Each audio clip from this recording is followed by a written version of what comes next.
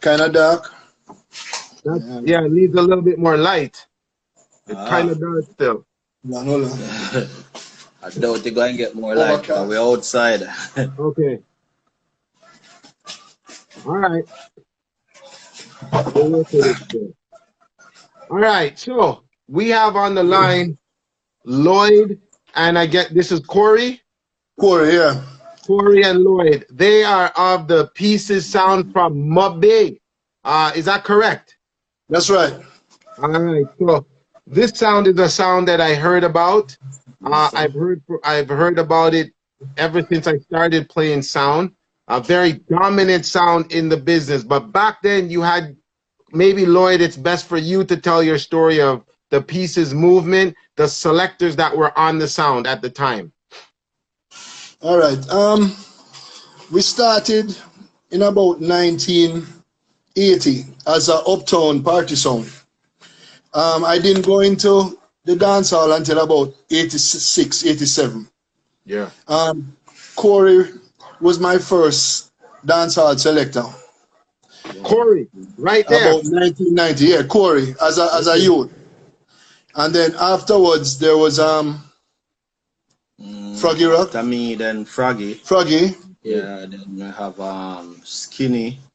Skinny from Bass Odyssey. And we would have Striker. And Striker and Skinny same time. Striker and Skinny same time. That's about it. Those are the main ones. Yeah. Okay. After that, we go on to TC, Dexter Pepper. And Dexter Pepper. And a couple more other persons. Some of them make significant marks. Some of them never really worked out. Right. All right. So Skinny, that was he's from Bass Odyssey, correct? Right. Skinny, Keith from Bass Odyssey, the owner, and I are friends. Okay. And I saw some talent in Skinny, and he was, because of the time of Squingy and Glamour G and Lenny, and he was like further down the line. So we came to an agreement that he would come to Montego Bay and work with Pieces for a while. Okay, okay. And at that time, who were your main selectors? Who was the #1 selectors subbing out of the sound? All right, my main selector was Corey. Back in the day, Corey's name was being called with Trooper Rory from Stone Love. He was the name selector from Montego Bay. Okay. If not because he's here, but I'm being truthful, he taught everybody who came on Pieces the style of playing that we wanted, including Froggy Rock. Okay. All right. So Corey was the main selector. We can't really see. It's very dark for us to see. That's why I'm having problem with like everybody across the room. Hold on, let me try and see what we can. This better? You see that? That's good. That's good. That's good. All right. Yeah, man, that's good. Perfect. All right. So here's Corey and here's Light. All right. So Corey, you taught the selectors coming on Striker. I'm gonna assume Striker and Froggy, especially who came on the sound, how to move in the Pieces movement. Is that correct?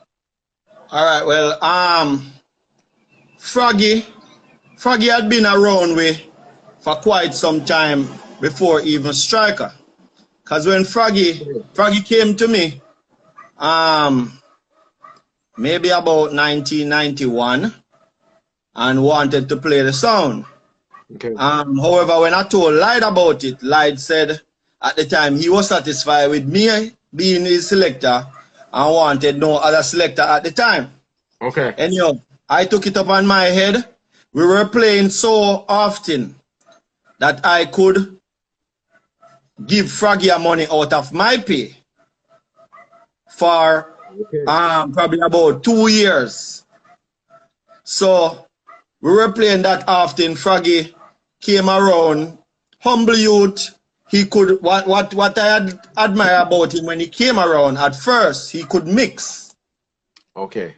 So that was one of the main reasons why I took him around me, and we were there. Not only the style of Pieces been taught to him, but the more important stuff, as in the time when you play certain things in dancehall. And I remember one night we were playing at a little street dance, and him normally go before me and probably play till I come. I reach about maybe like 10 o'clock. And when I reach probably about 10:30 the night, him play off the whole of the song them. And when the dance finish, we turn to him and give him whatever may I give him, and I said to him, say, yo, buy yourself a watch. And him go buy himself a watch the Monday.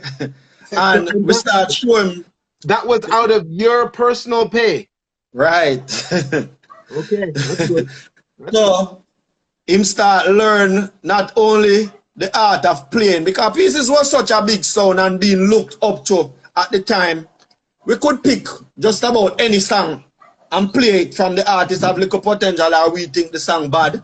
Or we used to make regular trips, go Kingston, or listen, inner city, Stone Love, and know what's going on in the game. Because remember, you had no social media there to know. You might get a cassette or whatever. Right. So we were kind of more up to par with what's not playing in Montego Bay. Okay. So we could take just about any song. So we would take chances with some songs where some people probably wouldn't buy. Then Pieces was the type of sound that had such a wild collection of music.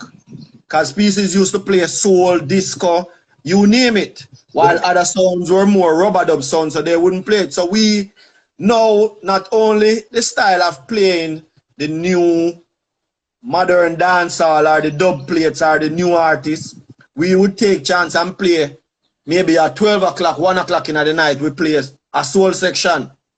Okay. And you were one of the first sounds to do this at 12, 1 o'clock. See, what happened in is we started, and it's still going on to this day, PRT1's Friday night party. Right. I started that in 1987. And it was like a third of the crowd were tourists. So we would play our style coming from an uptown background. Right. We would play disco, calypso, everything. Right. And we started to do that in dances, but mainly rap. More than disco. Okay. Right. So that was it. Even with the artists, back in the day, I can say this, Sumfest, when it started, Sumfest took over from Sunsplash. When Sunsplash pulled out, right, Sumfest, some business went from Montego Bay, started Sumfest. And I think it was 1991. I would write a list of artists and they would match my list to theirs. So the first time Bounty Killer and Spraga, to name a few, were booked, it was because of me. So hold on. Wait. So when Sunfest started, basically, you matched the list. If the two artists were on the same list, we knew that we had the right talent to go on the Sunfest? I'd go past that. They would judge off of my list because we were playing. We knew what the grassroots wanted or liked. So I would give them my list and they would check it off. And if they didn't have one on their list, they would ask me, who is this, who is that, who is this? And then I would be responsible for carrying the contract and their deposit, tell them which hotel they're staying in and stuff like that. Wow. And I remember specifically Bounty and Spraga. Wow, history, okay. Right, but even that, to go a little further,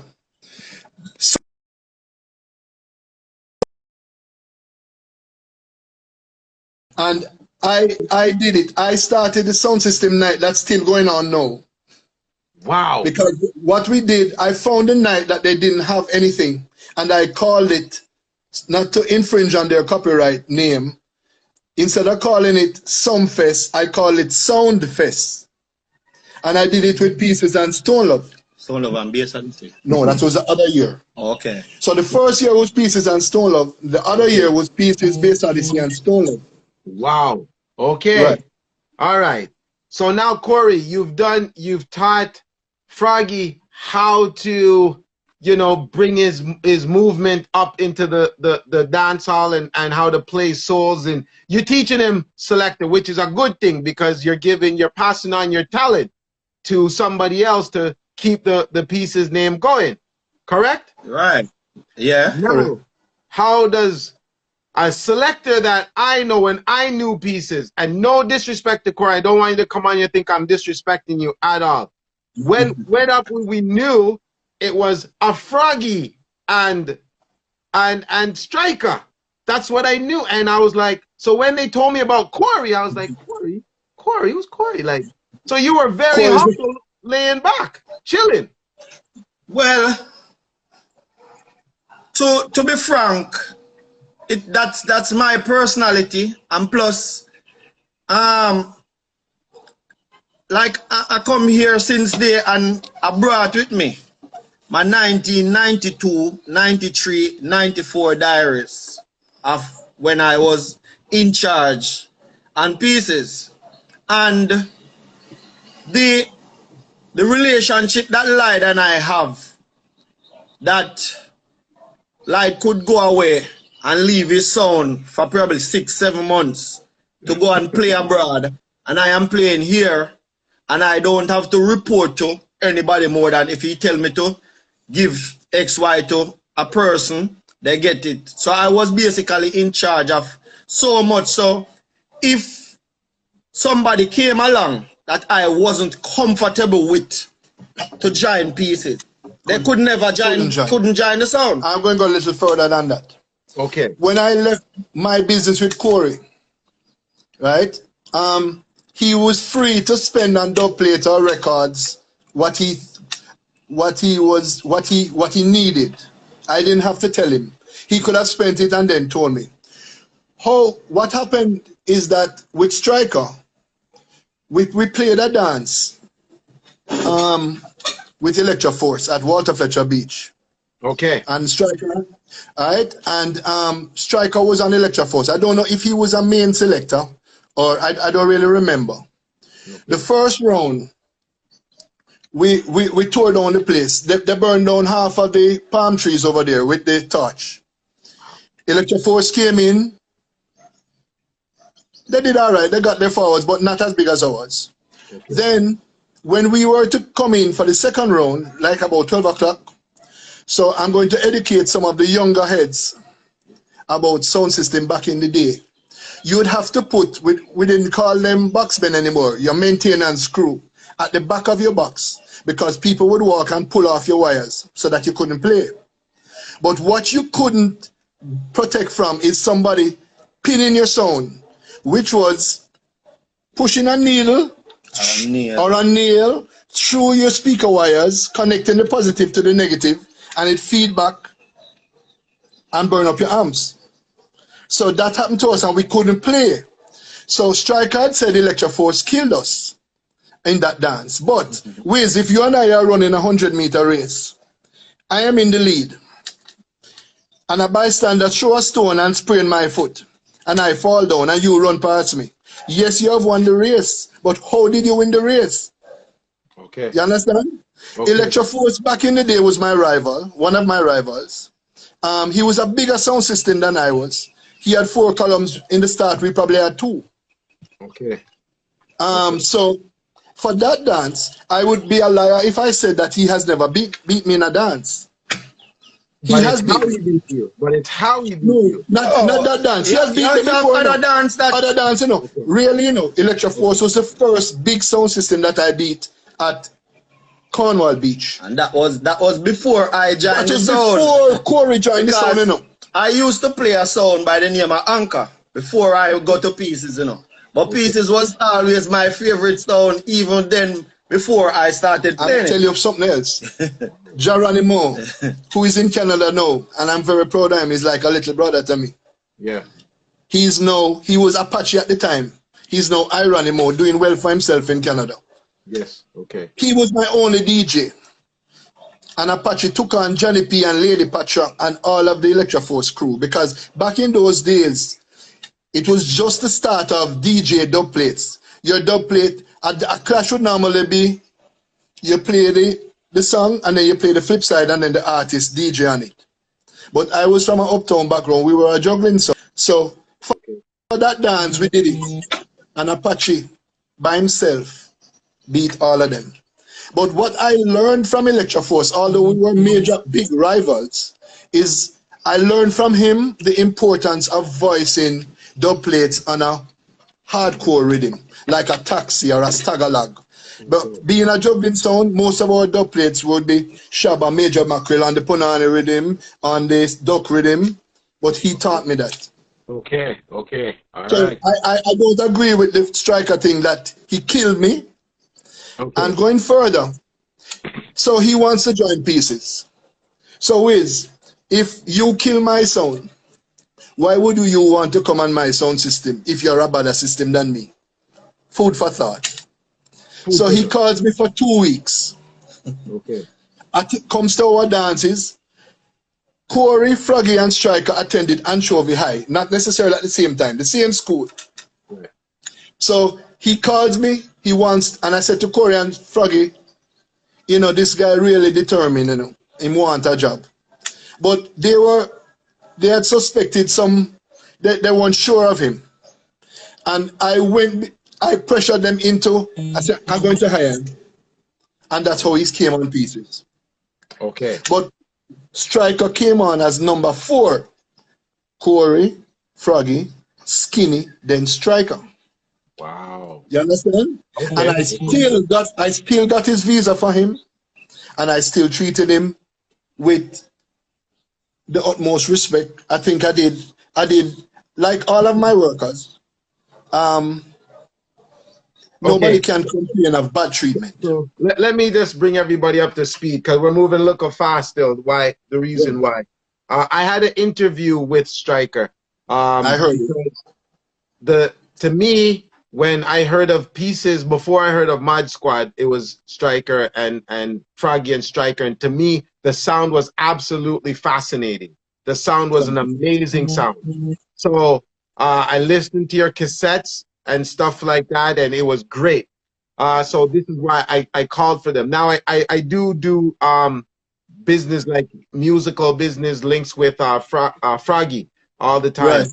Right. So what people need to know is Striker said to an interview that there's some elements that he felt he was not treated fairly, to hence why he left the sound, right? Which we're going to get into. I will address that. Right. So in my opinion, I heard Striker, which is I never knew, but we heard it. You contacted me, and I believe that it's only right and fair that people could hear your side, because I wouldn't want, you know, to be upset, like somebody say something about me and you don't have the opportunity to give your point of view. So, and I will just clear it up before we go any further. So he joins Pieces on the strength of me saying to my other 2 selectors, he's determined. Let's give him a job. So are you saying, Lloyd? Are you saying, Sir Lloyd? Are you saying that still Corey and Froggy were not comfortable? I don't remember. He's head younger than mine, so no. He said that he waited 6 months before he got his visa. That's what I heard in the interview. Now, when you're getting a visa for somebody, you have to be sure that their heart is with your sound. You have to be sure that they're not going to just get the visa and run away or join another sound system and your money go down the drain. Okay. So he joins Pieces and he gets the opportunity to fly, and he does very well. He had a good chemistry with Froggy Rock. But the thing that upset me the most, that I really wanted to clear up, we had a dance in New York with Stone Love. Striker says that when they went to the dance and played Stone Love, the promoter told him that I got all the money, so there was no money for them. So this is what I would like to clear up.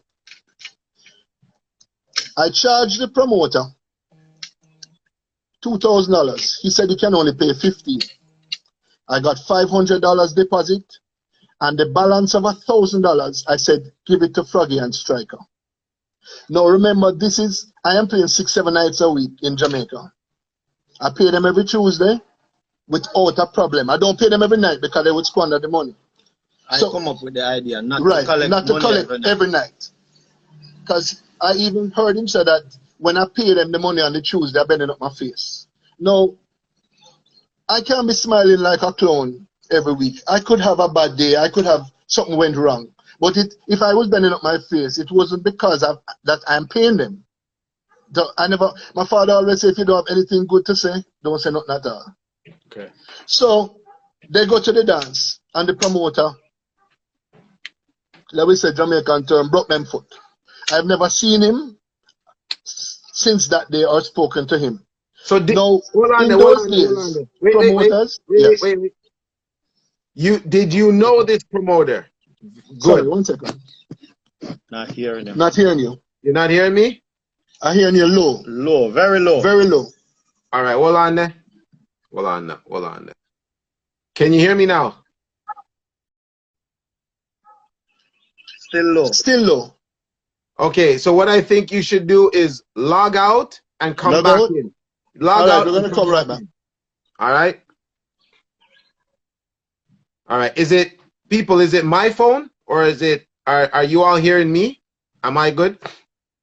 So what I'm trying to do is we're trying to get to the bottom element of what happened, because Striker said some things that to his recollection he didn't feel comfortable with.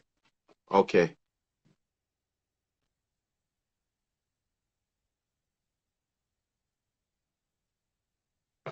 Okay. I'm good. Yeah, we're back now. Right. Yeah, man. You can hear me now? Yes. Good. All right. So what I was asking you now is, did you know this promoter in America? He's a Montegonian. I knew him for years. Okay. And back in the day, I can tell you that promoters in the States were not the most honest people in the world. You have had cases of promoters sending their friends to rob you at your hotel after you have played. So this person tells a lie. Froggy knows it's the truth. I told Striker. So I didn't expect him to say that. No, you're going to take a promoter's word over somebody who has paid you hundreds of times and sent you to America. And he said when they reached to the party, the promoter had them change in the changing room in the dance, where the dance was being kept. He didn't give them a hotel room. He didn't carry them to his place. That should have been the first red flag. And I have never sent my selectors to a dance telling them to collect any money and it wasn't there. That's not me. Everybody knows that. Corey, Froggy, everybody knows that. Geronimo, who was my DJ at the time, I would pay him out of my pocket, even if he didn't work. So he says that they're going to form Mad Squad on the strength of that dance, of him not getting paid. Now, I would think if he was being honest, well, maybe it was his thought, I don't know. But I would say that they both found an investor who wanted to invest in them, and they decided to go on their own. I gave them my blessing. Their first work permits as Mad Squad, I was the one that did the paperwork. When they came to Montego Bay, they played on my sound. I never had any problem with them. I endorsed them. And I'll go even further, because I feel I was really hurt when he said it. When they went to World Clash, and everybody was cussing them, from Matterhorn to Mighty Crown, if Froggy and Striker had took the mic and said to the people, you know, Pieces not clashing anymore, Father Lloyd endorsed me. They didn't call Pieces' name once out of their mouth. And you had people that were still upset with them about the leaving. Not me, no, but John Public. If they had thought, just call our name, they would have gotten the Mobile support. They did well still, but for the first time it would have been hard. And then the Beanie Man counteraction was like the nail in the coffin. So okay. I just wanted to clear that up. That's fine, and this is what the platform is for. We hear both sides of the story. That's what it is. So what I want to ask you though, because you said a lot. You told me a lot, but I want to take it step by step, if it's okay with you. No disrespect. Sure, go ahead, man. No, man, go ahead. My thing is this. Let's reach where the problem happened first, which claimed it was the New York dance with Stone Love and the promoter not paying them. Right. Now, if you know this promoter really well, because it's a man from Montego Bay. Mobe, and your selectors are out there and they come and they play the dance and they get no money. Is Right. there no way that you could have connected all three of them together and talk and say, listen, why didn't this person not pay the money, or I didn't just said to you, I have never heard or seen him since that dance. What? I've never heard or seen him again since that dance. Never. You've never heard or seen who? Striker The or the promoter. Never Right, seen trying that to dance. disappear. No phone call, no nothing you could link. Nothing. No calling and don't get him, and I'm not going to run down somebody for $1,000. So it is what it is. It happens, and if that is what made them leave, Froggy said that wasn't it, but Striker said that is it. So yeah. I don't know. I'm very confused, because if you're on a sound that is paying you regular and one thing happens, is this sound not together that we could not talk about this or make that's what I'm getting at. That could not be the reason why they left. They got somebody who wanted to invest in a system and they wanted to start their own thing. They're getting older and they want to do it. So I said, fine, it wasn't a problem. So you didn't have a problem with that? No, they're not playing on my sound. They come back to Mobe and played on my sound. I never have a problem with them. I told you I looked about their work permits as Mad Squad. So you had to look about it. You had to look about it. Yeah. So do you feel, pardon me? Corey, let me ask Corey something. Corey, do you feel that Lloyd was, you know, a boss that was genuine, was fair, was loyal in all aspects? Well, in all aspects, I don't know what the all aspect is, because to me, it's a job. You do your job, you get paid. All right, let me tell you something now. I am not going to say I have never been to a dance that I've never get paid. I am not going to say Lloyd never pay me and give me extra money. I am not going to say we have never played and my pay is short, because it's all in that game. But I am the first dancehall selector for Pieces, and I am the last selector that left Pieces. As it relates to money, me and Lloyd never have a money problem. There's no person on the face of the earth can tell you that I ever tell them, say, Lloyd don't pay me, or Lloyd short pay me, because that is between me and Lloyd. So so Corey, then let me ask you this. Since you're with the selectors a little bit more than Lloyd, have you not heard the grumblings? Well, all right. Froggy. I can tell you more of Froggy than Striker. Which I don't want to make this interview be about Striker, Mad Squad, and Froggy. Okay? Because overall, if you ask me, there is so much good memories about Pieces to come here and sit about and talk about one little mishap, whether it happened or not. But as going back, as listening Striker's interview, Striker had a problem with, which I don't know of, because I can remember Froggy and I sit down in Washington and discuss that Striker supposed to get him papers. So we go talk to Striker about him papers. Which like we tell you the position that we have on the sound and the connection that I have with Lloyd.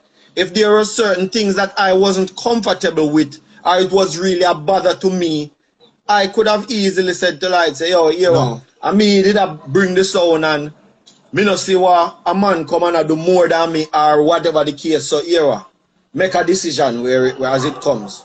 But as it stayed to him, even when I listened to his interview when he said, you don't fly. Dave getting papers. Dave look about visa for us several times. Have I ever spoken to Dave? No. So I don't know how him get that contact to know about who Dave requests from who Dave never requests. But anyway, that's not my Latin part of it. Right. Well, I know that when I was away, when I went away, I think I stayed one time in Washington for almost a whole work permit. So I was there for probably about 9 months.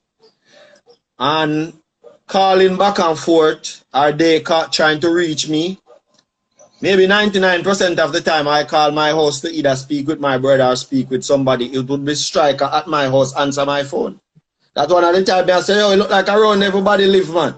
And it was like, they're just there every day. My brother, Froggy, Striker, them go dance together, I just all of them. I not even know that me and Striker have a problem. Because I called Striker up to a month ago. And me and him talk good. So when him did the interview and start, and the Monday, I was like very surprised. But, like I can tell you, Froggy and Striker had a chemistry based upon when Striker joined the sound. I had left and went away shortly after that. So he and Striker had a probably tighter relationship. Not that I and Striker have a problem or Froggy and I have a problem. It's just that they were closer because the band that they make at the time with two young youth there, everybody know me already and whatever the case may be. Froggy would say to me, I remember one time Froggy, when I called and I spoke to Froggy, Froggy telling me that he was going to leave the sound because this and that not working and all kinds of problems. I told him not to leave because when I come down, I already put his name on the paper, on the work permit paper with the guy that I spoke to because at the time, the work paper was being looked about by this guy in New York by the name of Rallin. I had spoken to Rallin. Okay, So hold on. My time